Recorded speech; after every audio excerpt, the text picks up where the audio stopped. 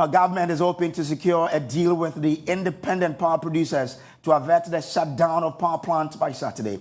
In less than 48 hours, all power plants operated by the independent power producers will be shut down if government fails to pay 30% of the $1.73 billion owed these power producers. This afternoon, Joy News has picked information on a directive by the IPP chamber to its members. What does this particular directive say? Now, it says each IPP must nominate nothing, that 0 nominations, and not declare an availability to the system operator beginning July 1 to July 8, 2023.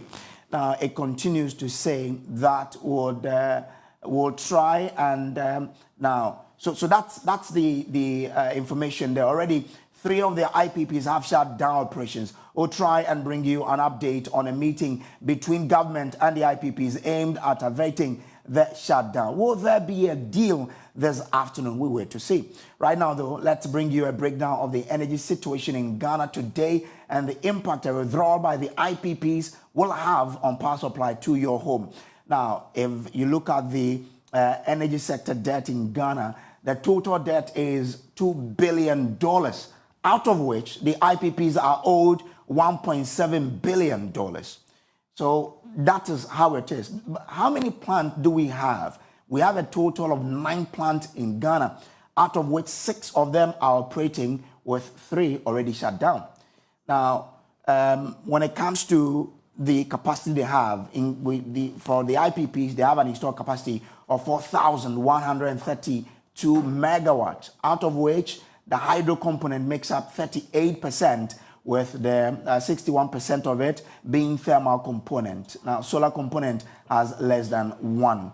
So in terms of, electricity generation in Ghana, we have 22,051 gigawatt per hour, out of which we consume 18,067 gigawatt per hour. And this is from Gridco and ECG. Meanwhile, the minority on the Mines and Energy Committee in Parliament say they will not hesitate to hold the finance minister before Parliament if government fails to secure a deal with the IPPs. Let's do more on that. Joining us is Ishmael Ejekumhene, Executive Director of the Kumasi Institute of Technology and Environment, KITE. He will be joining us for a conversation on this to find out what could be our options or the options on the table as government is engaging these IPPs in order to avert a possible shutdown, because the IPPs gave the warning some time ago that if 30% of the debt government owes the IPPs is not paid, they will be forced to shut down end of this month. So by tomorrow, we expect that after tomorrow, this power plant will shut down. But government also says it is doing everything it can. Now, earlier, our sources within government, sources close to a high-ranking officers in government told us that they are already on the brink of securing agreement with some of them to ensure that these power producers do not go down. But joining us now is Ishmael Ejekumhene, Executive Director for the Kumasi Institute of Technology and Environment, KITE. Grateful to you, sir, for joining us. First of all, what's your reading of the directive to the IPPs that they shouldn't nominate anybody to present power to the government if the 30% is not paid? Good afternoon to your viewers. That would be unfortunate. It would just mean that we're going to be in a crisis because we don't have enough generation capacity without the IPP. So if none of them nominates, out of the total of about 3,700 thermal installations that we have, it's only about 30% that is government owned.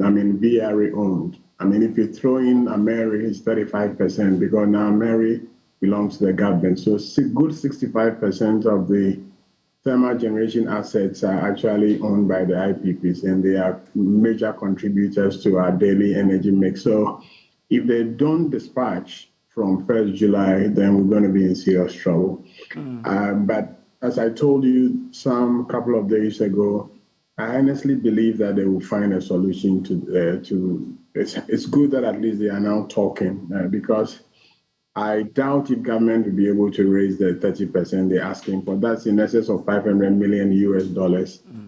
If they haven't made any payment now, I don't think they'll be able to make that payment before July 1. So it's good that they are now talking. Hopefully, they'll be able to come to some agreement and they won't shut down the system. Well, the IPPs are asking their members not to nominate any power available. And they say zero nomination to the power sector. What does it mean if they say zero nomination for people like us who don't really understand these terms? Basically, no one is going to turn their plants on. There will be no generation. I mean, normally because of planning, GRIDCO will need to check on the availability and they will nominate to tell them that they are available to dispatch. So zero nomination means that we are not available. And basically, they're not going to turn on the generator. So that's what it means. Confident that they will probably reach an agreement. What's the source of your confidence that possibly we won't have shutdowns? I shudder to think that there wouldn't be an agreement because you recall that 2-3 weeks ago, the Minister of Energy told us when they commissioned the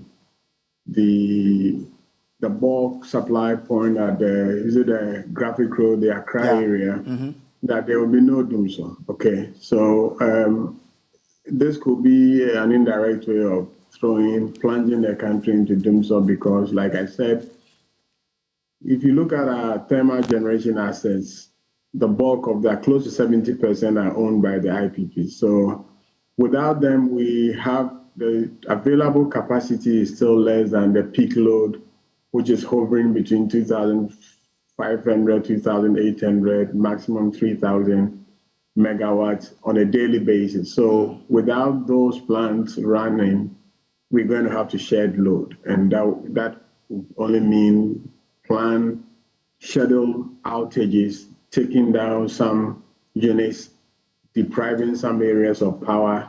So I just don't want to believe that they're going to turn off the clocks come Saturday, July 1. I expect that they will be able to agree, work out something.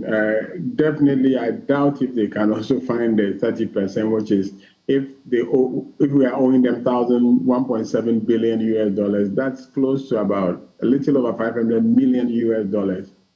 And I doubt if they'll be able to find that money for them, but I believe they will come to some compromise. I pray that I'm not proven wrong, but I don't think anybody in government is going to allow this thing to happen. I'll be very surprised if it happens. But how did we get here in the first place for government to owe these people over $1.7 billion when, of course, everybody who uses power in this country pays for that power consumption? So unfortunately, that's something that I'm happy you bringing this up. Part of the debt is for some of the unutilized capacity, the one that we call redundant capacity or excess capacity. That one, they don't come into what we call the supply plan, which is what the PURC uses to determine the tariff. So for the unutilized capacity, it's the Ministry of Finance that is supposed to pay directly to the IPPs. But for the ones that we're supposed to pay for, unfortunately, we as consumers, we are not doing too well. I mean, ECG itself and the distribution companies, the regulator allows, or based on the regulatory benchmarks, they are supposed to bill and collect 98% of the power they buy. Okay. Averagely, they are doing sometimes as low as 70%, sometimes 65%. So the debt is really not only the unutilized capacity, but their inability to either bill and collect all the power that they buy from the IPP. So consumers are also part of the problem, and we shouldn't just say that this is government owing IPPs. Government really doesn't owe the IPPs apart from those idle capacity that they're supposed to agree to pay directly to the IPPs. But for the ones that we consume, it's a combination of our own attitude towards paying our bills and also the distribution utilities' ability to also collect or even bill the electricity that they take from these IPPs through Gridco and collect their money. Their collection rate is nowhere near the 98% that a regulator expects them to collect. So it's a combination of factors. Mind you, a few years ago, all the debt, the legacy debt had been paid for. The IPPs themselves said they paid for all the legacy debt. These are fairly recent debts that are piled up to the $1.7 billion that we're talking about. Every day that we are not able to do 100% collection, we are in trouble because the debt will keep adding up. But once we know what our challenges are, why aren't we able to then seal the loopholes to ensure that we don't find ourselves in this situation? So what must we do going forward? Maybe ECG will be the best entity to explain this, but basically we need to do more. We need to make sure that everybody is metered, and we need to make sure that everybody pays for the electricity they use, including government agencies and departments and ministries. They should all pay. Those who are not already on a prepaid metering system, we need to make sure that we all pay. But a lot of the challenge, a lot of the issues will rest with the major distribution companies who are the key off-takers. They buy the power in bulk and they sell it to us. They need to make sure that everybody is captured, everybody pays. In fact, first and foremost, they need to be able to bill for every energy they take, which means that if you're on credit meters, you have to receive your bills and be able to also pay within the stipulated 30 days. Many people are stealing power, and we need to find a way of arresting all of that. If we don't do that, I mean, we can clear this debt, but at this rate, we may soon find ourselves in a situation where we're owing the IPPs. Mind you, it's not only the IPPs that we are owing. A lot of entities within the value chain are being owed. I believe ECG owes Gridco and all these problems we have. We need to make sure that the distribution sector is functioning the way they are supposed to function. Otherwise, this problem keeps coming. And part of it requires some more investment, but a lot of them, the non-technical losses, really, we can do something about it. Which means that if we are able to deal with the technical losses and theft in the system, we are probably halfway through our challenges. And I'm sure once you know, the people who are managing the sector also do know. So it then comes to the question, why aren't we able to stop all of these loopholes? Is this something that you could prefer some reasons why we're not able to do the right things?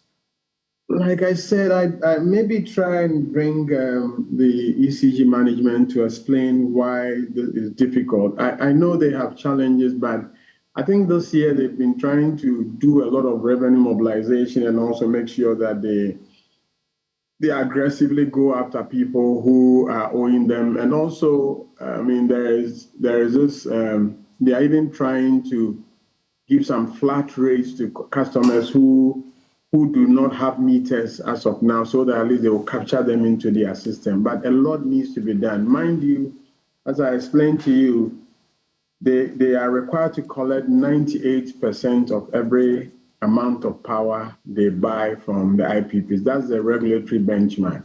So any difference between whatever they're able to do now and that 98% ultimately adds up to this debt. I think they put in a number of measures, and maybe the ECG top executive will be able to explain to you some of the measures that they need to put in place to be able to help solve this problem once and for all. If we don't do that, it's going to persist. I've heard some analysts who have also sort of fault the tariff structure we have in this country as having to play a role in the sort of debt we accumulate in the sector. What is the real impact of our tariff structure in the situation we find ourselves in? When you say tariff structure, what exactly do you mean? What are the analysts saying? And at this stage, maybe it's it's better I disclose that, I mean, I am also a commissioner at the PURC. So when it comes to tariff, please get a little bit more specific. When you say Because analysts are saying some people have said that we may have to now discuss about paying realistic tariffs. Else, we would always find ourselves where we are. So the problem is what we mean by realistic tariff. Okay, so based on, I don't know whether you follow how the regulators arrive at the tariff that we pay, but basically once a regulator determines what we call the total power requirement that we need to supply within a given period of time, which is normally based on what we call the annual supply plan, they cost that and add all the losses and determine what we call the total revenue requirement. It's based on that. It's based on the total revenue requirement that we share the revenues to all the end users to be able to recover the money. When we do adjustment, we're supposed to correct for the differences between the assumptions that we use in setting the tariff in the first place and what ultimately the actuals are. So if we're looking at the supply plan, then the tariffs that are announced are actually cost reflective. They are actually cost reflective. But you recall that I said earlier on that there are some of the plans for which we have valid binding PPAs, contractual agreements that do not end up in the supply plan, because if you add the what we call the reserve margins to that, we still have some idle capacity. Those are the payments that the Ministry of Finance for some time now has been paying directly to the IPPs. But I mean, when we talk about realistic tariff, I believe we need to unpack it so that we understand exactly what we're talking about. PURC protects not just the interests of the power producers, but also consumers. So once they build in the reserve margins into the total annual power requirement and determine the amount of money that we need, we'll factor in all the fuel mix, factor in all the exchange rates and all of that. That's what the PURC announces. Okay, so as far as the PURC is concerned, based on the actual energy needed plus some reserve margins, the tariffs are realistic. Okay. Methodology and everything, and they are cost reflective because we capture all relevant costs in that tariff. And please, I encourage you to go to the PURC website to read the tariff decisions and all the guidelines that we use there. But there is some amount of power that they don't find their way into the supply plan, because assuming that we need about 17,000 gigawatt hours of electricity as our total demand for this year, and we have 25,000 gigawatt hours. The regulator will have to protect you and I as well. So we can put the entire 25,000 gigawatts. That's what, for some time now, for a number of years now, the Ministry of Finance is consistently making those payments, or they are supposed to make those payments as part of the energy sector recovery program, so that we will get rid of all the unwanted capacity. Okay, but in terms of what we actually pay, I've heard some experts recently saying that our tariffs are not cost reflective. I beg to differ. But even at this level, that we still think that the tariffs are not cost reflective, industry and all other players are also complaining, because if you consider the electricity as an input, most of the industries are suffering, and they are also suffering. Their rates are higher than residential consumers for the simple reason that there's some cross subsidy where they pay a little bit more for what the people we consider to be poor, who are basically using electricity for comfort at our homes. Okay, so maybe we can continue with this discussion. I know the PURC is actually doing all these engagement with stakeholders to explain exactly how they arrive at the tariff. If you look at the quarterly adjustments that are going on, I know people are concerned, but the quarterly adjustments are always supposed to correct for any shortfall over the preceding quarter. And that's why PURC is committed to doing that. So as far as what we determine to be the total revenue requirement is concerned, I think they are the costs that the PURC is admitted into the tariff, and those are true costs which are being adjusted for in the tariffs on a quarterly basis. But there are some other costs that do not find their way into the tariff setting methodology, which some other stakeholders will have to pick up. Now, recently you alluded to that earlier, that the ECG has done some debt collection. The IPPs have been citing that in all of their engagement. Now, look, we've heard that the ECG has gone out and has retrieved this amount. Is this something you're looking at too, that the ECG could say that, okay, well, this is how much you receive, we can make this available to you to ensure that the power plant do not go down tomorrow? Again, I wouldn't even attempt to speak for ECG. But I honestly believe that if the money they collected were to be sitting there, I'm sure they would have sorted them out by now. You recall that some of the reasons that the ECG gave all of us is the fact that, we rely a lot on gas. And because for a very long time, we don't even factor light crude when we are doing the tariff pricing. But because of the shutdowns and some of the challenges they had from Nigeria, they had to buy some cargoes of liquid fuel. And I believe they may have pre-financed those or something like that. But I think the ECG will speak a lot more to that. And I invite them. I think these days they are open to discuss some of this issue.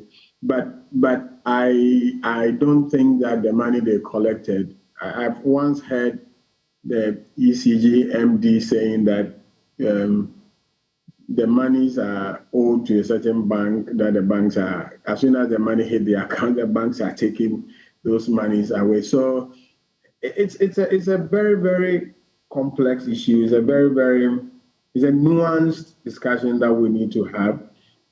Probably some of the monies they said they are collected, probably they didn't collect, or some of them are promissory notes or something like that. I don't know. But clearly, whatever money they've collected, if it were to be sitting in that account, I'm sure they would have sorted them out by now. But let's leave this conversation bearing in mind that it's not them versus us. Okay, we all have a role to play, and let me use your platform to make an appeal that let's fulfill our part of the bargain. When we say electricity, we all pay for electricity. We make a very huge assumption, thinking that maybe those of us who are complying, but a lot more people are also stealing power. Okay, a lot more people are bypassing their meters. A lot more people are doing illegal connections, sometimes in connivance with the people who are supposed to arrest them anyway. But if all of us decide to behave as responsible consumers of electricity, I believe the bulk of the problem will be solved, because the non-technical losses which are attributable to some of the problems that we're talking about, with our collective effort, we should be able to address. Okay. Now, just before I let you go, recently the governments agreed to or signed an agreement with AXA. Now, one thing in there, that's the PPA structure, says take and pay with 40% dispatch guarantee on dependable capacity. What does that really mean? Okay, so I mean, I don't know where you got that PPA from, but I mean, if I understand the English that you just read to me, take and pay means that, unlike take or pay, it means that I pay only when I say that I need your power, okay? But if they say you are guaranteeing 40% dispatch, then invariably it's 40% take or pay, okay? So, I mean, what it means is that it's take and pay, but when I bring the plant, I mean, you are guaranteeing me that for 40% of the time when I'm available, you dispatch me, you nominate me, the terminology they use. Because when they are competing plants, is sometimes they have a ranking order, merit dispatch order, that determines which plants should come online and which ones shouldn't come online. It is very possible that probably because of the commercial agreements, they will be back at the end of the queue, in which case they might not be able to even pay for their variable cost associated with the running of the business. So the 40% guaranteed dispatch means that, okay, when I'm available, even though my plant is 100%, you are telling me that at every point in time, when I tell you that I'm available, you dispatch 40% of my capacity.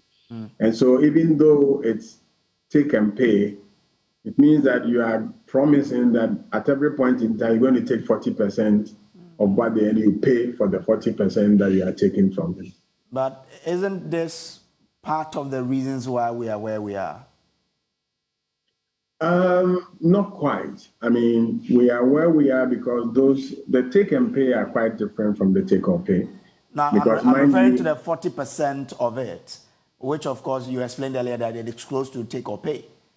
That 40% okay, of it, if you're available, I'll take it. Whatever it is, I'll pay for the 40% of it, isn't it? yes. So I mean, the good news here is that very soon we will need every available generation capacity. Okay, because we are teetering on the brink of exhausting what we've been calling the excess capacity for some time now. So by the time I don't know the time frame, by the time the plant will be available, we would need that. Okay. But we need to be sure that we, like the problem you're talking about, we need to avoid a situation where we don't have a plan and we are contracting generation assets without any clear focus in mind. Okay, the Energy Commission is mandated to do the system planning in terms of the forecasting.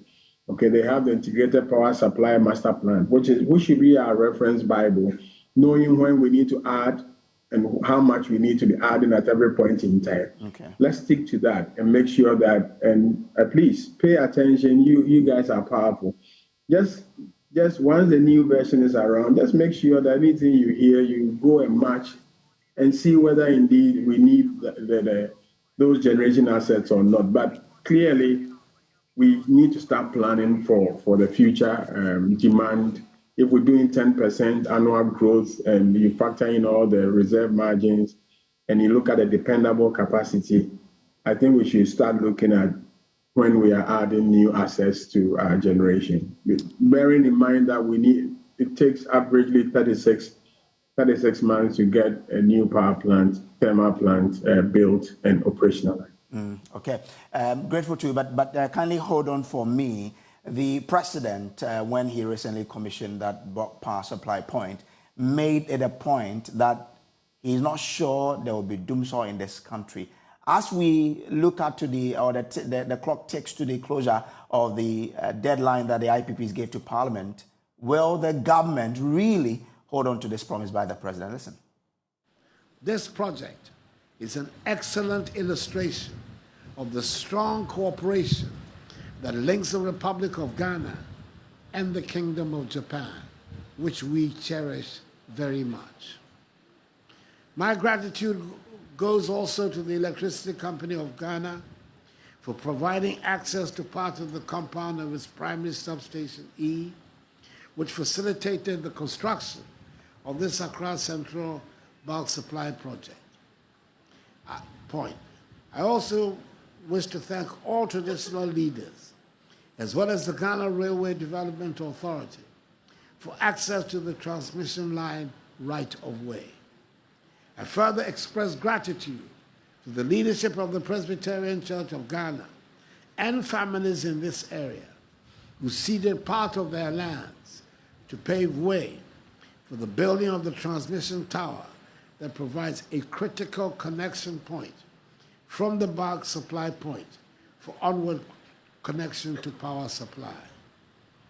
I want to reassure all of you that my government will continue to work towards keeping the lights on, in spite of the global dynamics of energy pricing, because the alternative is not an option. We are not going back to doomsday. We'll leave that to President Mahama. I'm convinced and confident that our nation is on the right path. Despite our challenges and with God on our side, I have the firm belief that we shall succeed in this enterprise. So So that is President Nana Addo Dankwa Akufo-Addo there. Now we're asking you for your, expectation of what is going to happen. We put this question on our Facebook page that Dumso looms. Chamber of IPPs direct members to cut power supply from July 1, 2023. What's your take on this? Let's look at what some of you have put up there. Now, Abdullah Prince Abubakar says the government should give them their Charles Opokun 1. I don't want my light to go off. But what is the meaning of Charles Opokun there?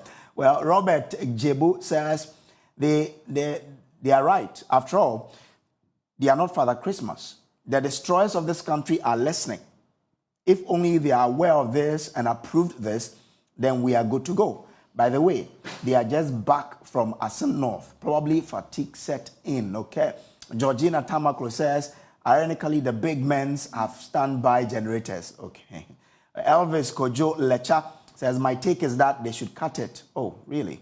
Okay. Amayito Christian, I can't read what you, but it says, Agbajanyilo, I don't know what that means. Anyway, Degraft Sasoma Raymond Jeremiah says, they should cut those who chop the ESLA money meant for this, and not me, who contributed to ESLA to paying such debts. All right. Kofi Ishmael says, well, okay, I think that's, okay, will Yvonne and Sarkodie lead demonstrations when this doomsday starts? Okay. Michael Nyako Senior says, do they pay our bills for us? That's a question he's asking. Ephraim K says, well, look, God help our leaders. So instead of paying debt, they take the money to Asen North and distribute to people. Keke. They did not win too. Is it the IMF money, by the way? If not, where did they get the money from? I thought they said Ghana has no money. That is why we went to the IMF. So that's some of the comment, or those are some of the comments that some of you shared with us. Message is still with me. So you heard the concerns of Ghanaians there. Will you be shocked if government is not able to reach any agreement with the IPPs and that the power plant are shut off tomorrow? Well, it's based on what the president said a couple of weeks ago that I'm sure they will find a solution to this. I've already told you that without the IPPs, we don't have enough on our own. BRA's assets will not be enough to meet our demand, so we need them. So if they shut off their plants, it means that we're going back to doomsday. And what was doomsday? Doomsday was as a result of lack of generation, okay? We didn't have enough to meet our demand. Okay. So if somebody says that I've shut my plants down because you owe me and the lights go up, it's also doomsday in disguise. So I just want to believe that a solution will be found. I'm quite optimistic and I hope a solution will be found. But let me just say one quick thing, something that one of is it WhatsApp? It was Facebook, man. Facebook, yeah. I've heard this ESLA thing. I've heard this debate about ESLA. I mean, do you know that there is an annual report on ESLA that is presented to Parliament every year and is downloadable from the Ministry of Finance's website? Okay, so don't let us, I know sometimes we don't trust our leaders, but Parliament receives a report from them every year. If you go to the Ministry of Finance's website right now, the report for 2022 is there. They tell us how much they collected and what they use the money for. If we have a problem, we can question what the money was used for. But they tell us exactly how we receive the money. And we need to just make sure that sometimes we don't just muddy the waters because of some of the problems that we do have. I believe the ESLA money is very well accounted for. And you see, the energy sector is one area that the bank and the IMF are quite interested in that sector. I believe it's clear that we were misusing the ESLA funds.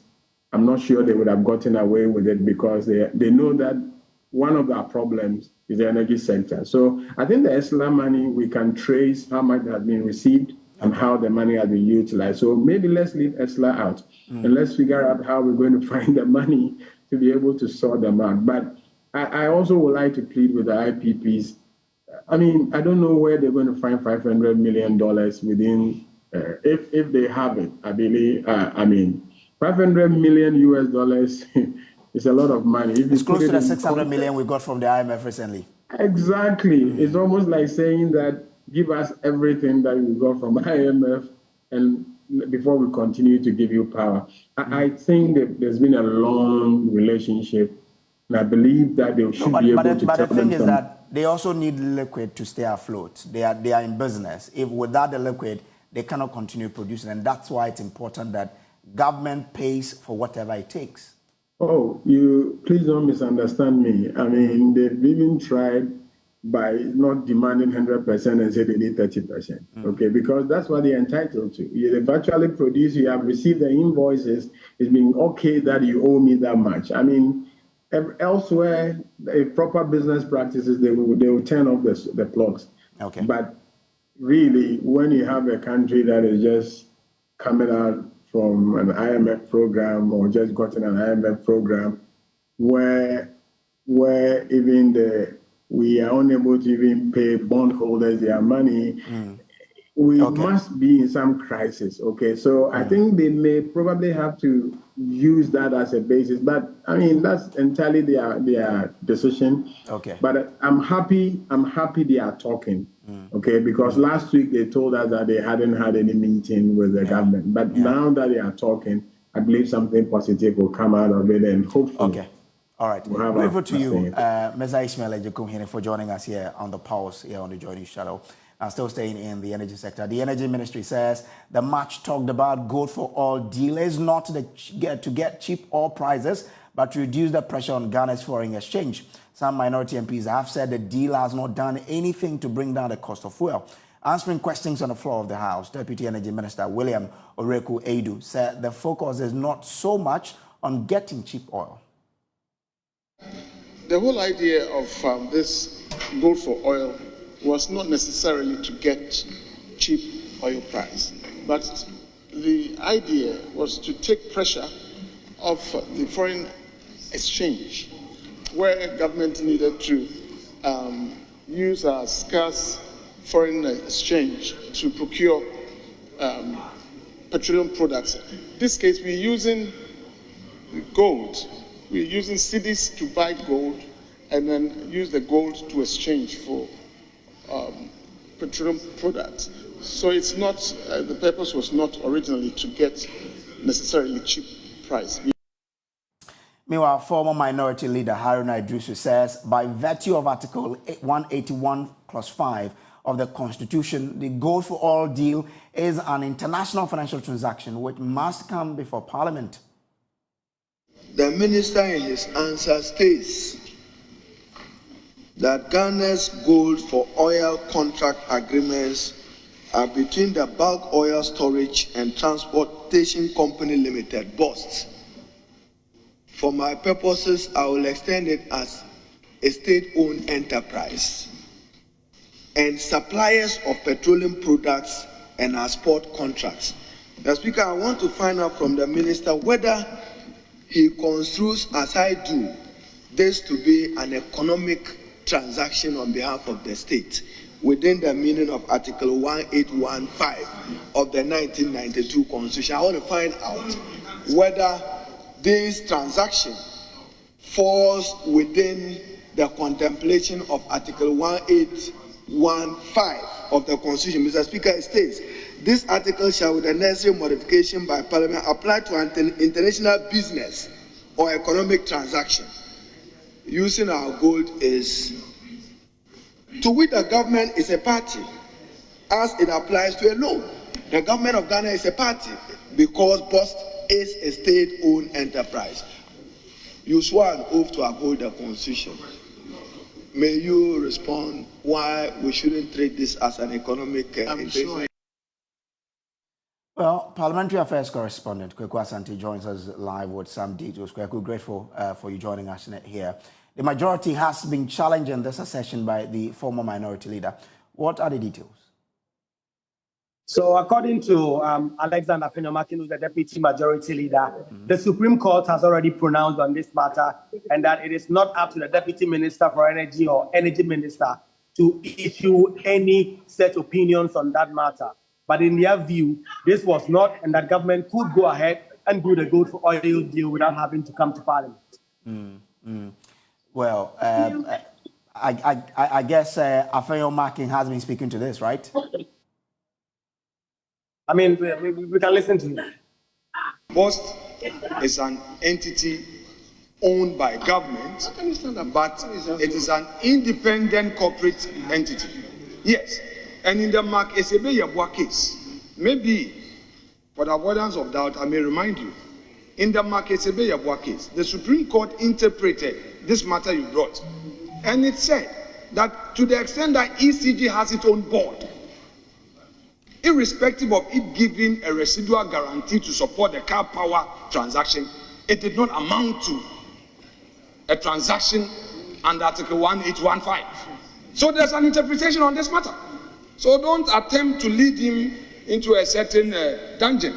There's already an interpretation to this matter by the Supreme Court in Makesebe Yabua. So he settles it.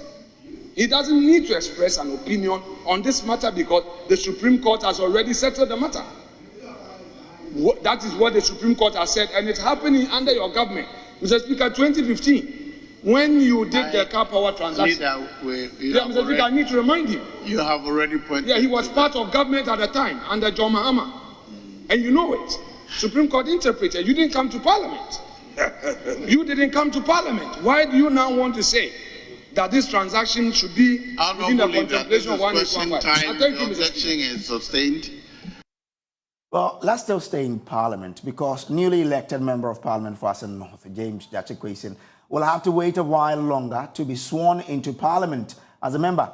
This is because the Electoral Commission is yet to officially confirm to Parliament about his victory in the by-election. Mr. Quayson, after weeks of intense campaigning and regardless of the ongoing legal tussle, emerged victorious in the Assin North by-election, securing over 17,000 votes to beat his closest contender, Charles Opokun of the governing New Patriotic Party, who garnered 12,630 votes, with Bernie Sefanu of the Liberal Party of Ghana managing a total of 87 votes to place third in the race. However, barely 48 hours after his victory, Parliament has not been able to swear him in today's sitting following a delay in communication from the EC.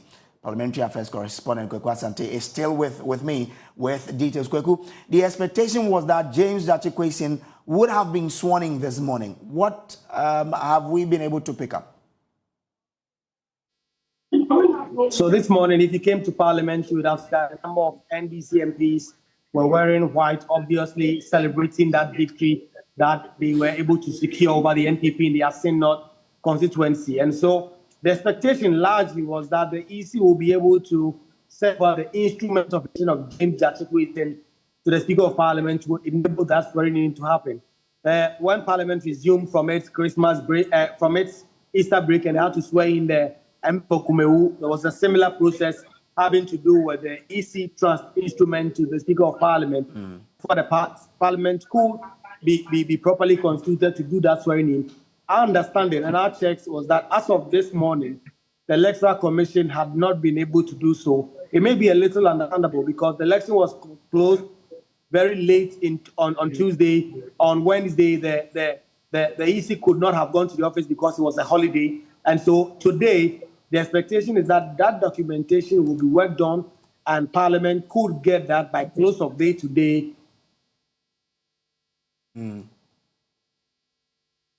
All right, so this is still the pause, and we are in Parliament to get what has been happening there. We understand that the Member of Parliament elect for Assin North, James Gyakye Quayson, would have to wait for a while until the EC communicates to Parliament the outcome of that by-election before Parliament can then go ahead to, get him officially into the House as a member, so to swear him in. We know how hot this contest was, the by-election. You expect that the NDC MPs will still be in a jubilant mood. We want to find out what the House has been since morning. My colleague, Kweku Asante, will be with me soon to give us a wrap on that. We've also seen that the Finance Minister was in Parliament today. What has been happening in Parliament? We have all of those updates for you here on The Pulse. Stay with us. We'll bring you more. So welcome back from the break. Now let's still stay a bit longer on the Asen North by-election. You remember that in the run-up to the by-election and during the MPP's campaign, in the last day of campaigning, the president, Gyakye Quayson, asked the people of Asen North to vote for the MPP's candidate because Mr. Gyakye Quayson is possibly or will possibly be sentenced to prison because of the perjury case against him. Let's listen to him. I hear he said even if he's in prison, we'll vote for him. Hey, but if we are going to vote for someone who is going to prison, what benefit will we get? Don't we want someone who can sit with me and decide on how to develop the area?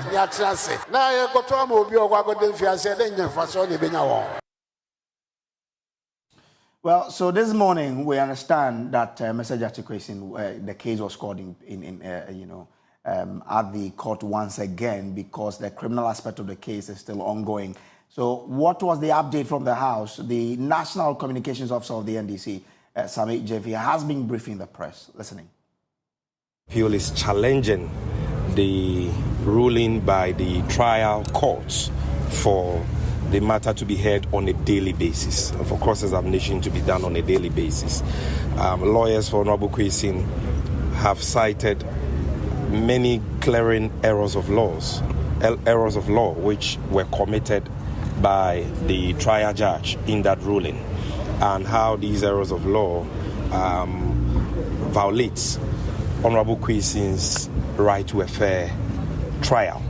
And so that appeal is pending in the Court of Appeal, and today we're hoping that lawyers would have gotten the opportunity to move the application for stay of proceedings, but due to a few challenges, the affidavit in opposition to that application not being served on lawyers for Honorable Quayson and not being on the file of the trial judge, the matter has been adjourned to Tuesday, the 4th of July. Well, Mr. James Gyakye Quayson himself has been assuring the people of Asen North that even if his elections are not 10 times, he will still stand and will win it in all of those 10 times. Break us apart. And if they want to go 10 times by election, I'll win 10 times. I can assure you that. No, they're not in for money. They're in for real development. They want their lives fixed. So, for today, all I can say again is I'm the first gentleman of Asen North right now. Thank you.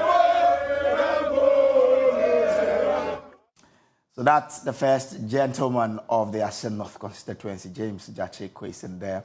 My colleague Kweku Asante joins me from Parliament. Kweku, so you were making a point about how the House could not swear him in, but looking at how close the contest was, the NDC is still happy or in a jubilant mood for this victory.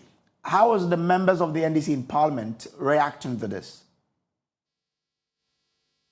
Indeed, according to NDC MPs, they are excited that this election was a message to President Akufo-Addo and his government that 2024 will not be easy for them and that the agenda to break the 8 will suffer some major setbacks if anything that went on in Asen North is something to go by. They also insist that James Gyakye Quayson has been served justice, and that the people of Asen North have really spoken to the government and its allies in the courts that you cannot use the judicial processes to frustrate someone that was duly elected by the residents of the constituency. And so, with election now, the NDC numbers in Parliament is restored to 137. NPP still have their 137 plus the the independent MP who is caucusing with them. So the numbers are still balanced, just like we had it on the 7th of January 2021 when Parliament, the 8th Parliament, was sworn in. And so we expect that when business comes, the NPP side will have to get almost all its MPs on the floor to be able to get them through. And the NDC minority are insisting that with everything that they've seen so far, they are not going to give government any room for compromise. And at any point in time where there are key government businesses that they disagree with, they are going to stand their ground and ensure that those projects and those processes are voted against. So the House was white. You could see that a lot of the minority MPs who came in today clad in white dresses a message that they say they are sending to government that Gyakye Quayson has won and justice has finally won. What other business was supposed to have taken place in the House today? So, well, like we've done the story earlier on, there have been questions about road for oil deal.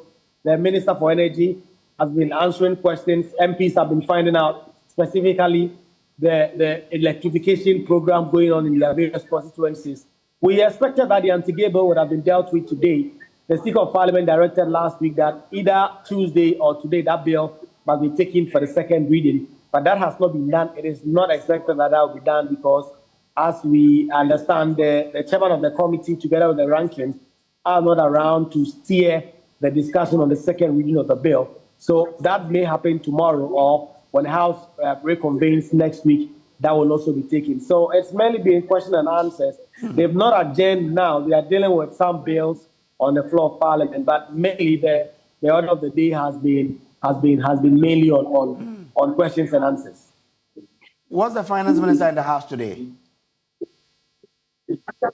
Yes, indeed, he was. He was there with the Minister for Works and Housing. The Speaker directed them again last week to come in and provide some updates on the flooding situation they have done. All right, so that's my colleague Kweku Asante for joining us from Parliament. Then let's move to other stories now. And the Ghana Veterinary Services say that there is an increase in the number of anthrax cases recorded in the country just after the Eid celebrations. So far, 125 deaths have been recorded.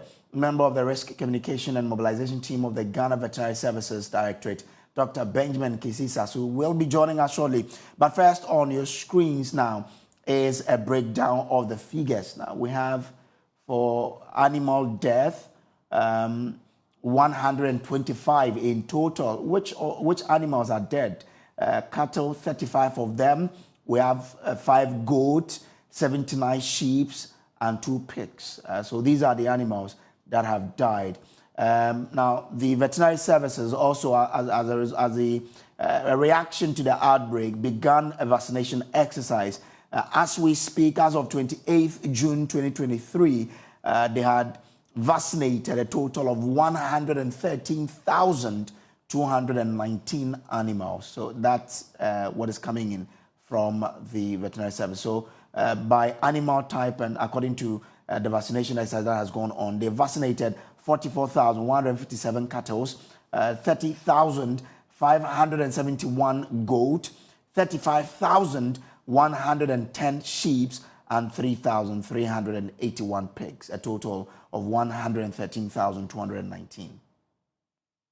So let's give you a breakdown of the areas that the vaccination exercise has gone on by district. So they've done in Talensi, where they vaccinated some 13,733 animals. Binduri, they have vaccinated 14,410. Bolga Municipal, they vaccinated some 11,360. In the Boko West district, they vaccinated 8,094 animals. Boko Municipality, they have vaccinated 7,181. In the Bongo district, they vaccinated 7,471. Biusa North, 2,315. Biusa South, 6,245 animals have been vaccinated. And then when you go to Kintampon North Municipality, they vaccinated 5,013. In the Kintampon West, they vaccinated 6,445 animals. In Pusiga, they vaccinated 5,997 animals. In the Garu municipality, they've done 7,124 animals.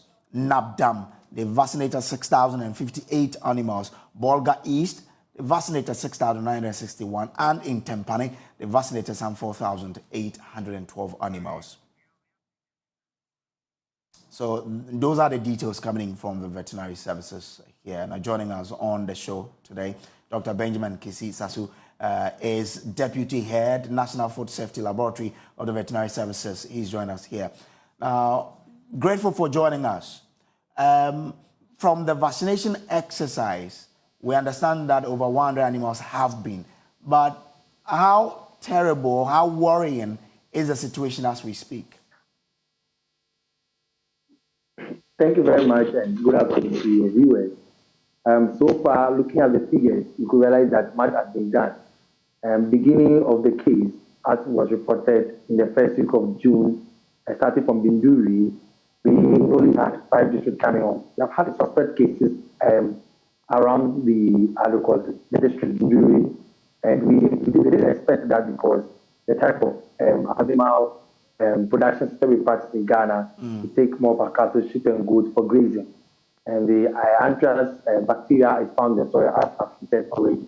So when it was found in Binduri, we knew other places. That's why quickly we put a movement on ban.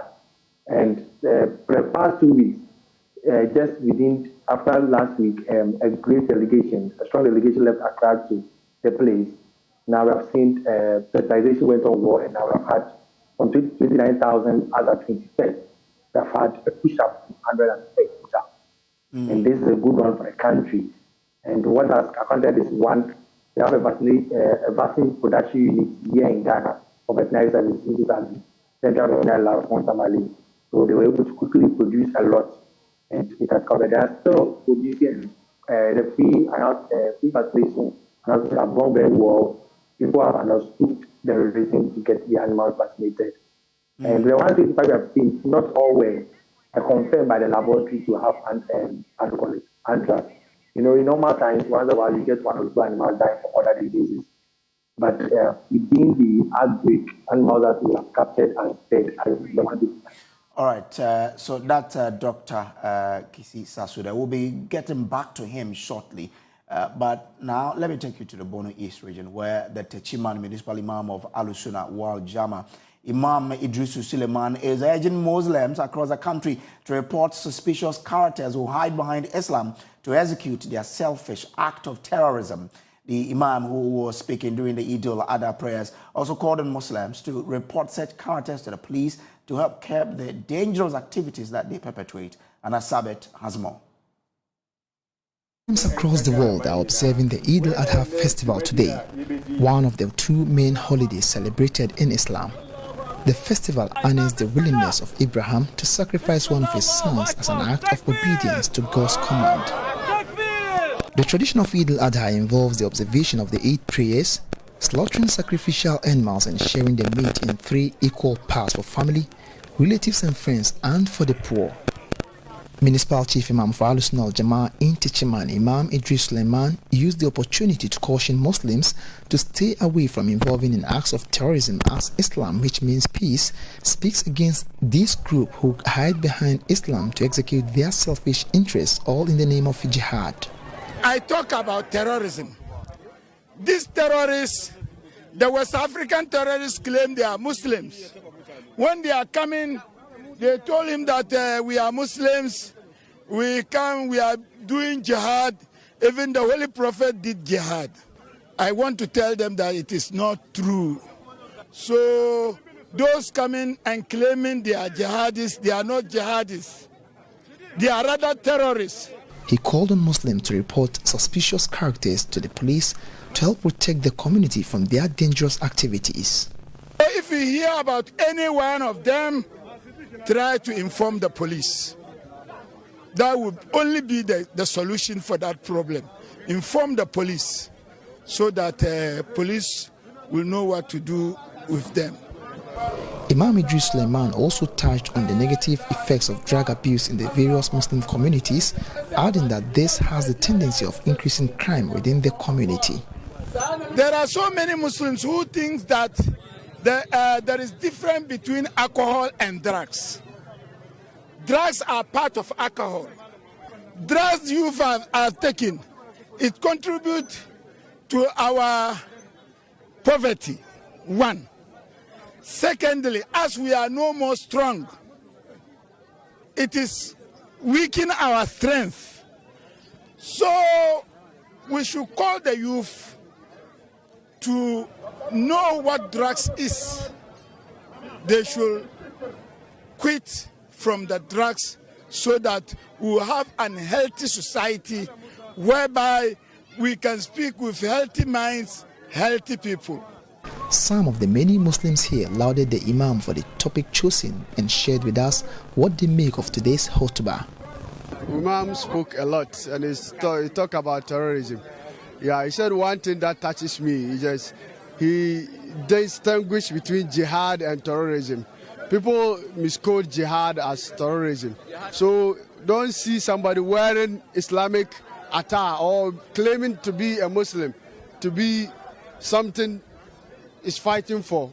No, jihad is different, terrorism is different. Nuruddin Garba wants authorities to work towards dealing with the menace of drug abuse amongst the youth, adding that this is breeding all forms of social vices within the Muslim community. What I will touch on is the drug issue. In fact, for drug issues, it's really affecting us, and it's really being something that the authorities have to give a second look at it. Because when you come to this community or the community of Muslims, Techima is not going to be precise. In fact, it's nothing to write home about. In fact, you'll be marveled to see kids at early as 10 years, 13 years. You see them with all sorts of drugs, to the extent that they are school dropouts. And they tend to be beggars, thieves, and what have you, because the mother of all social vices is drugs. Because when you are on drugs, you cannot do anything for yourself. So I think we pray to the authorities to do something about it. We pray to the Almighty Allah to come to our aid to help deal with this thing and change our people. Reporting for Joy News, Anas Sabit, Tichiman. Dr. Benjamin Kese, who is the Deputy Head of the National Food Safety Laboratory of Veterinary Services, has joined us back on the phone now. Grateful to you for joining us. So I was asking from you how serious the situation is and why I should not worry because you've started some exercises. Great. So thank you very much for connecting back. So if you look at the data from the first week of June, which we reported from the Bureau, we had other communities joining in, and we're picking suspected cases across. So far, I've had 12 districts that we have had cases being of death happening. And as I said, in normal times, animals will die from other diseases. The samples are sent to the lab. So the picture about so far, the 155 animals dead are what we have picked in those communities in Upper East since the state started. Out of it, it's only 6 districts out of it that the laboratory confirmed that the death of the animals that the samples from are anthrax. And out of 21st, we have done 59,000 animals in terms of vaccination. But from last week, that a lot of effort was put about sensitization. Vaccines were sent there due to the availability of vaccines by the Central Veterinary Lab at Mount Tamale. We were able to get a lot of vaccines sent around, and we have had other partners who have helped in the distribution of vaccines across the region. And so far, so good. We have been able to contain the issue in Upper East and just these areas. But we are happy to see a lot of the people in the region appreciating the need to get their animals vaccinated. So just within a week, we have had a greater jump from 29,000 to in the 100,000, which we must applaud ourselves as a country. We are not seeing more cases figured in, but we'll continue to monitor to see what happens in there. And if you have heard, on Monday, the Regional Public Health Emergency Committee issued another statement or addressed the press, talking about now how they are going to help for animals to pass through Upper East. You know, they have adequate border with other countries, and we have some animals that pass through the border town and the Upper East. But Doc, the last time we spoke about this, it was in 6 districts. Today, it has spread to 12. So why shouldn't we worry that there's a possibility of it spreading to other districts outside of the northern part of the country, as you say? Great. So the data you have, the data doesn't indicate a 6 districts that have got the answer. But we are seeing the data you have, the 4 that you have, the number of districts that you have in the table there are districts in Upper East that since the declaration of the outbreak, animals have died from it. I've died in those agents. But out of these animals, for example, to have picked, it's only 6 districts as of now. The laboratory confirmed that yes, the animals died due to anthrax. The rest were due to different issues. Once that zone or that area, that region had that case, they didn't joke with any suspicion or any suspect. So the data that has been given to you was in totally animals that have died within 4 weeks since the announcement of anthrax. So out of it, that we have 6 districts out of the districts that you have shown, which they have cases have been confirmed to be anthrax. Now, how yesterday, when we celebrated that festival, a lot of us have been consuming meat. Why shouldn't we worry about this situation? Okay, so this has been an opportunity to let the public know the need for certain things to be done. A lot of people never knew that for you to pick an animal from a location to another, you need a movement permit from the veterinary service. Many never knew. Anytime you hear movement, ban of movement, they say how. Anybody, whether you have only one animal or 2, or you need in moving your animal from one locality to another, you need to have a movement permit from the veterinary service in your locality. So that's one thing that people have become cautious about, and now they are obeying. And the security service is also enforcing that. So if you are moving with animals, you can stop and we ask where's the movement permit. The movement permit shows that the vet has inspected, and 2 states where you are moving it from. So if that area is part of the zone that has been banned or a zone that we have a disease outbreak, then quickly a military team will be asked to come to have access to those animals, because you might be transporting a disease to another place, which might be the case. This one has come. And 2, the issue about slaughter. So a lot of people in Ghana were slaughtering anyhow.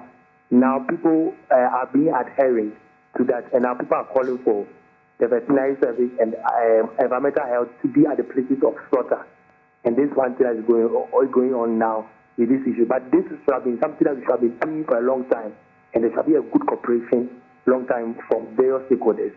But it's so sad that we had to wait for such a case to happen, and there's need for us to know that 1, we need movement permit, 2, we need to have a slaughter permit and get our animals slaughtered at places whereby they are veterinary personnel to inspect and pass them for public consumption. So that is what we have had people sent around, and the good aspect is the public, because they are careful about what they eat. Any suspicion, they quickly get authorities informed for it to test. We have had even people suspecting one in Accra, we went for it and it wasn't so, and we followed, and nothing has happened. We have had several cases happening part of the country which they drew attention to, but we checked and there wasn't anthrax. And we have even had cases of animals dying from those areas. We know this would have an impact on the human body when consumed, or when an affected animal has been consumed. What signs should people look out for, such that it could then get them to report early that because I've seen this sign, it is possible that I've probably consumed an affected animal? Great. So first, you need to look at the animal point of view. If you are a farmer or you live in a locality and you get up and see animal just dead, get the veterinary service in your locality informed. 2, what the signs of what animal will show is that animal who is well fed, very big, looking healthy, will just be seen dead and bloating. And will be seeing some blood coming from the natural orifices, such as the nose, ears, and other parts. These are basic ones that everybody you may see. And it's a pathognomic, it's a typical sign for anthrax. And when it happens, you are not supposed to open the carcass. Because if you open, you contaminate the environment with the anthrax. That's what, as far as the ordinary Ghanaian could do. That's why it's good anytime your animals die, you get the vet to informed. But for humans, when you are going to buy your meat or animal food products, you need to be careful. Are these products, as the shop attendant or whoever is selling, if you getting it from the right places? You could ask as a customer, this meat, where do you get it? Are you getting it from the nearest slaughter facility? So that you know. When you get to know, then you get to tell that yes, it's not just by people carrying meat in pan, walking the area, and just want to buy. It might be somebody losing his or her animals and want to make sales out of it. But there are lots of work that regulatory bodies we have to do. So quickly, Food and Drug Authority, the local assembly, and all that. What we do is from time to time visit those places and see whether they are doing so. They are taking the meat from the designated places. Okay. But the good news is that last year there was a national food safety policy which was launched. We started implementing certain things, and very soon the issue of traceability from the farm to the slaughter facility and from the slaughter facility to the restaurant, we could trace it. But we know, okay, restaurant A, where do you get your meat from? I get it from this slaughter facility, and we see the record, so we can be sure of what everybody's consuming. Currently, when we want to find out, it takes a lot of time because it comes following up for investigation. Okay. And these are things that we are looking to strengthen. And veterinary service building capacity by sending people outside the country to study the best practice and get people also from outside to come and teach us and see how sustainable we could do all this. If you can do just for me in just a minute, I'll be happy. Now, you've only said the vaccination is happening in some 12 districts up north. What about the middle belt and then the southern belt as well? Okay, great. So, how to this anthrax, there were three PPR vaccination going on for ruminants, which has been announced already. So, with the issue with this anthrax, yes, though the focus is the northern side, those in the middle belt, anyone who needs, how do you call it, vaccines, the nearest veterinary service would support. Currently, a lot of focus has been there because of the vaccine production. And this morning, I was speaking to the head of the vaccine production unit at Pontabali. They are working to get more. So I'm sure after tackling Upper East, they'll get it to other areas. But every district normally with livestock production have vaccines for anthrax. But just that farmers, some do not take it as, let me say, a thing of importance to be getting their livestock vaccinated. Some do, but some don't do. But they are currently all spots the northern side. So we are also doing our best to discuss that. So there's been a lot of consultation to look at it.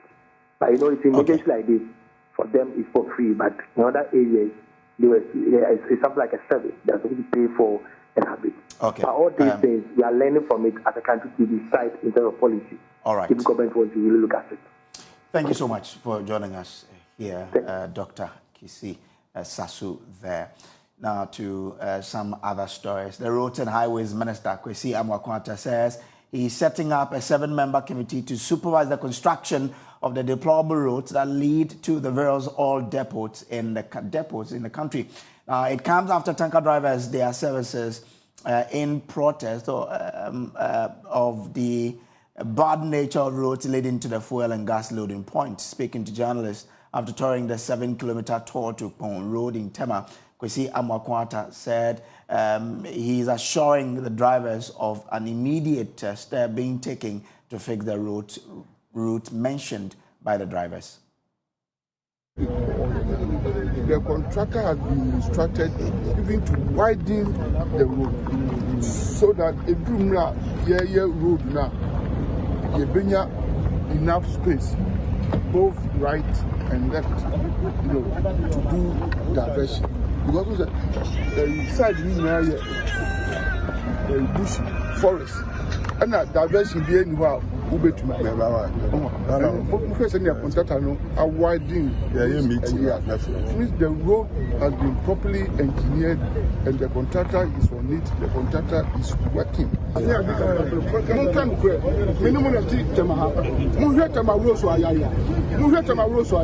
No, so this one is a major and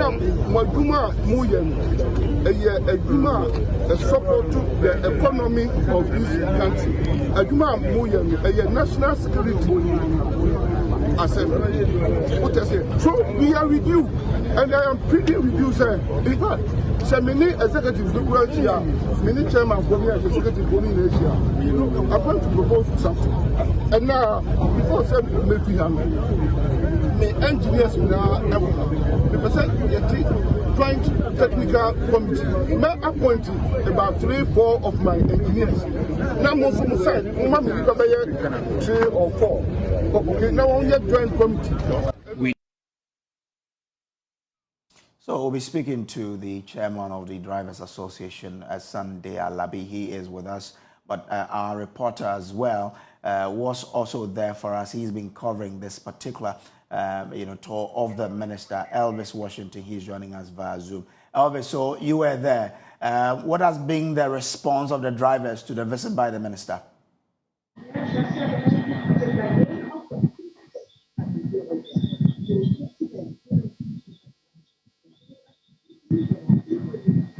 So Elvis, it's difficult. You are talking, but we can't hear what you're saying. So you will need to fix your sound so we can understand whatever you're telling us. But Elvis has been with the minister's entourage in this particular conversation with the drivers. Sunday Alabi is the vice chair of the Drivers Union, and he joins us live with more as well. Grateful to you, sir, for joining us. So the minister has assured that he's going to put up 7-member committee to supervise the construction of all roads leading to your depots. What has been the reaction of your union to this visit by the minister?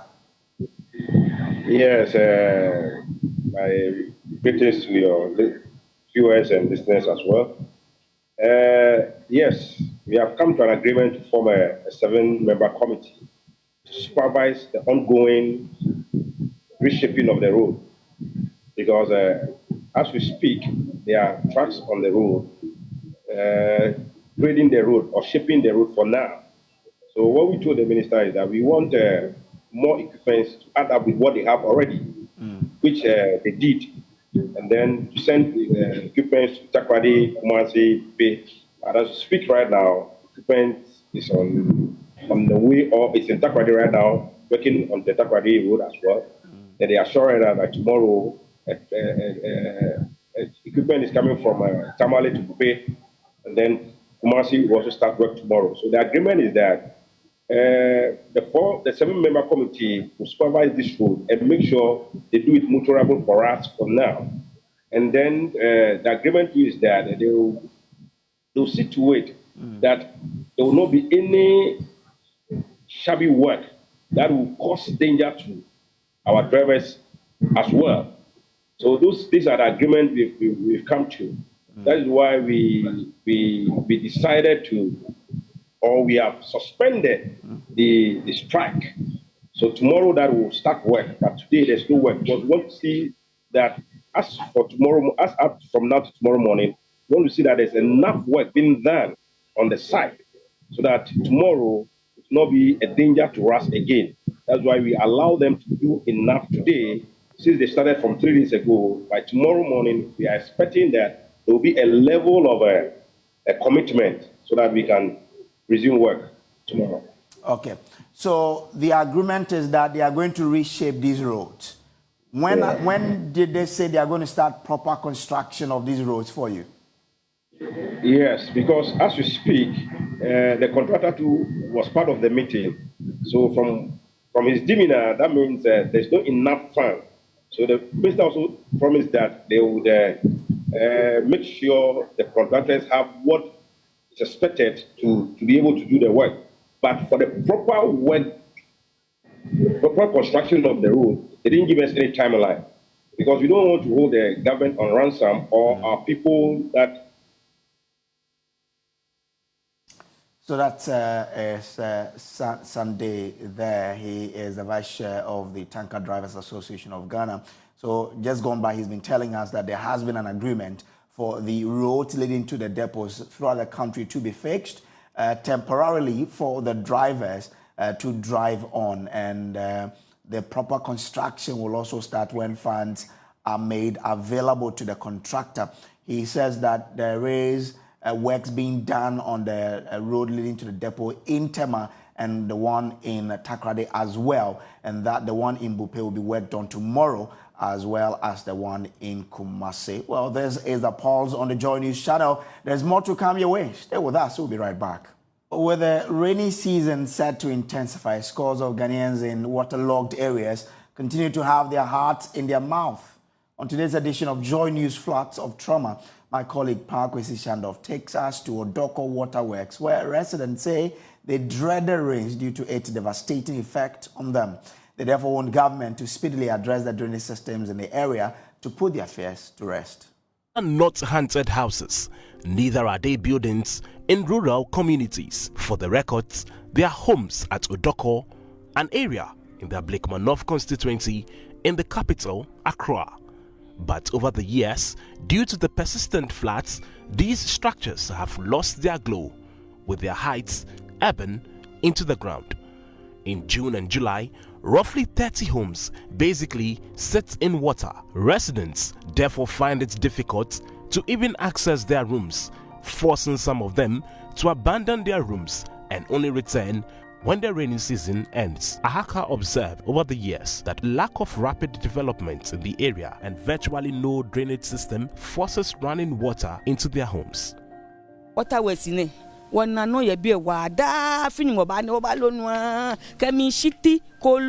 of us here at Waterworks are going through a lot. It's hell for us whenever it rains, with worms and fecal matter entering our very homes. All we need is an effective drainage system to resolve the crisis. She's unable to sleep when it rains and recalls that she packs all her belongings on a table and stands waiting for the rains to end. Even her shop floods.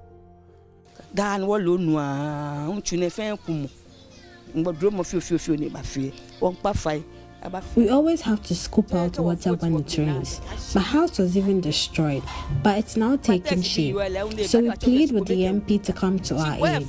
We vote for them, but we see no change.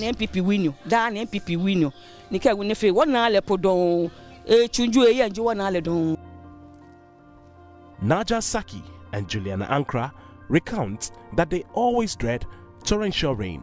They believe good drains will help solve the problem. It's a terrible situation when it rains here. Our rooms flood with our gutters getting severely choked. So we plead with the authorities to rush to our aid.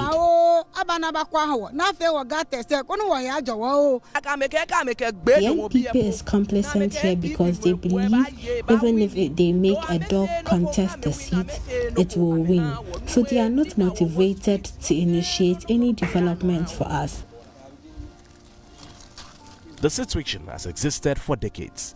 Some locals who have been in the area since 1999 say the torrential rains have never been their friend.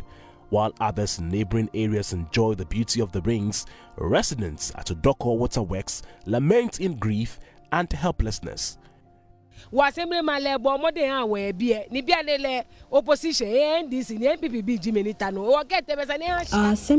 does his best. He finds it difficult to secure maximum support. So once again, help is all we need. Due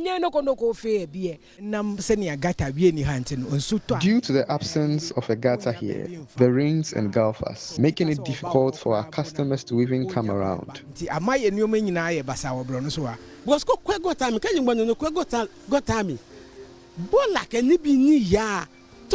When it rains, the fecal matter alone is more than the rubbish. But more importantly, the drainage systems here have been poor for over 20 years. So help is all we need, plus good toilet facilities.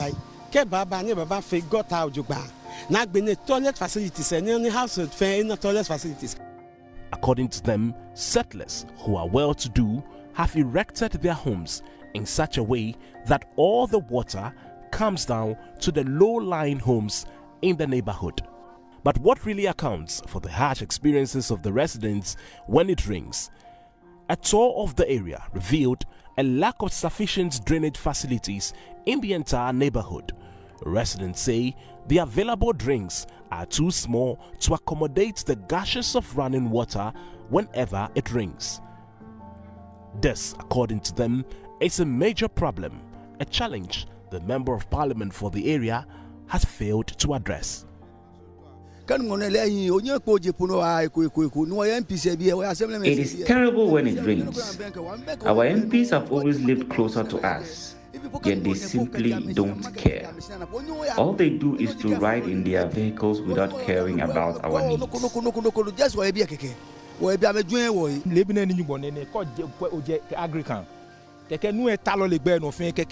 Water sits in the middle of our roads when it rains. We've been voting for the MPP since 1992, but we've seen no development. But the Member of Parliament for the area, Sheila Battels, shared a completely different take on the matter. While sympathizing with the plights of her constituents, she however blamed the situation on the indiscriminate disposal of waste in the drains in the neighborhood. All we will do is to encourage the residents of Ablekuma North, please don't put rubbish in the drains, because we can't keep desilting, almost every other month. We can only desilt once in a while, and we have done all of the ones that needs to be done to prevent flooding. So we just need you to help us by making sure that you don't put your rubbish inside the drains so that they go back and then choke the drains and destroy the work that has been done so far. But so far, I would say that, together with the Assembly, a lot of work has been done, which will ensure that this year we don't experience flooding in Ablekuma North. According to Sheila Battels, the long-term solution to the problem is for the construction of a huge storm drain at a location which separates her constituency from that of Okankwe South. We have desilted most of our drains. We have done all the desilting that needs to be done. We have constructed major drains at Bintu area that outlets into the Lafa. We have done some desilting also at the Kukumpe area to clear all of the dirt, the rubbish that we have that chokes the drains. We have also done the desilting at Otatin area, also to ensure that the water is able to flow. Of course, we have some challenges with the Lafa, which we are hoping that the hydro will come in and be able to assist us to desilt it. We also have some defense wall that needs to be done at the Bintu Lafa area, because we have a serious erosion happening there, and we are hoping that all of those things will be done to mitigate some of the flooding. But for the residents, help is all they need. The situation even impedes our movement, so help is all we need. We need help with our roads and the drainage systems here. We beg. I want the municipal to help us, as formerly they normally do, by using the machine, the backhoe, to dig the gutters to avoid flooding in some areas like the Chirabusum. Because I think last 2 years they came in to help us, which we got an advantage by to cease the flooding. But currently, because it's been 2 years now, and as the rains comes in, the sand more almost enter into the gutters, so it makes it full. But how soon will they find the needed assistance? Until then, when the clouds gather, residents will remain traumatized. Pakwesi Shandoff, Joy News, Odoko, Waterworks.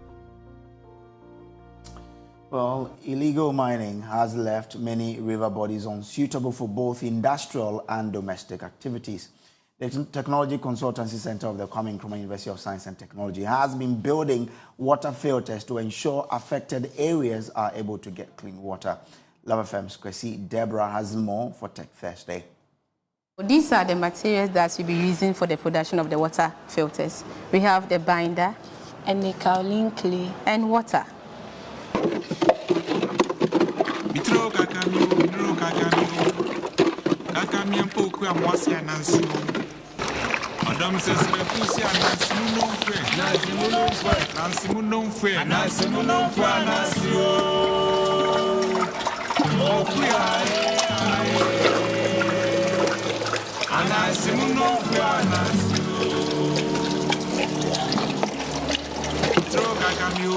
So after the mixture, we sieve the mixture to remove all the unwanted materials that was mixed with the clay and other things.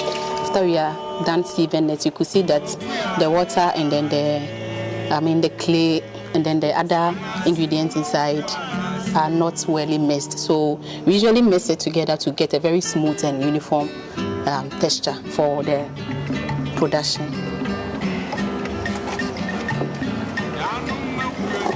So this is what we've gotten after the sieving. We have to mix them uniformly before we start casting.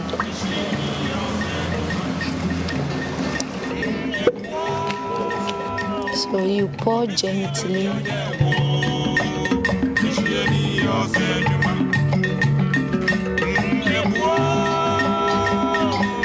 This is the second running, topping up.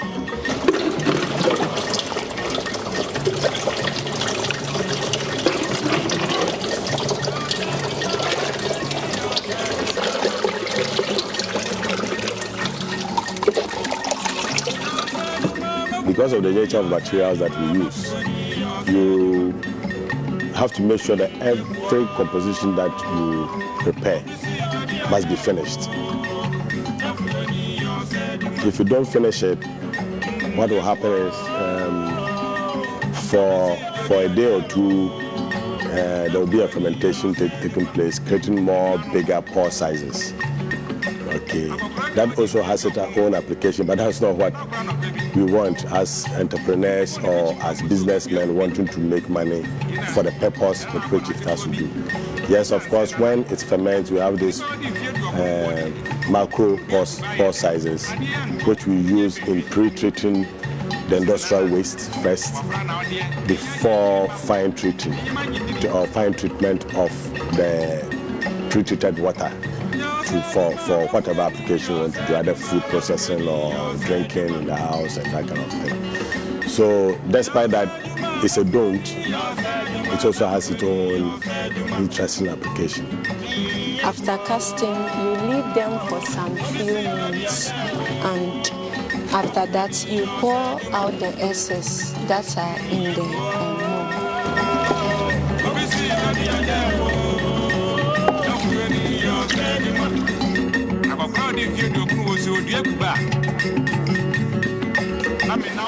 This is the final product you will get after the casting, and it's called water filter.